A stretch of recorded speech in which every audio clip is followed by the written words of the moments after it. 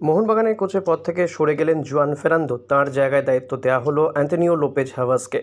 Super cup থেকে coach হিসেবে দেখা যাবে তাঁকে। এর আগে হাভাস সবুজ মেরুনের কোচ ছিলেন। এ মরশুমের শুরুতে তাকে টেকনিক্যাল ডিরেক্টর করে দলের সঙ্গে রাখা হয়েছিল। এবার ফেরান্দোকে সরিয়ে আবার কোচ হিসেবে ফিরিয়ে আনা হলো হাভাসকে।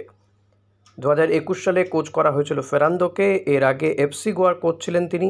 43 বছরের ফেরান্দো মোহনবাগানের দায়িত্ব নিয়েছিলেন এই হাভাসকে সরিয়েই। 2 বছরে সবুজ মেরুনের 77টি ম্যাচে কোচ ছিলেন ফেরান্দো। এর মধ্যে 42টি ম্যাচে জিতেছিলেন, হেরেছিলেন 20টিতে, বাকি 15টি ম্যাচে ড্র হয়। ফেরান্দোর প্রশিক্ষণেই গত মরশুমে আইএসএল চ্যাম্পিয়নও হয়েছিল সবুজ মেরুন। তারপরে জেতে ডুরান্ড কাপও। কিন্তু এবারের আইএসএলে টানা 3টি ম্যাচে হারের পরেই দায়িত্ব ছেড়ে দিলেন ফেরান্দো। মোহনবাগান এবারে আইএসএলে এখনও পর্যন্ত 10টা ম্যাচ খেলেছে, 6টাতে জিতেছে, পেয়েছে 19 পয়েন্ট। গতবারের চ্যাম্পিয়ন দল রয়েছে 5 নম্বরে। এমন অবস্থায় দলের দায়িত্ব নিলেন হাভাস।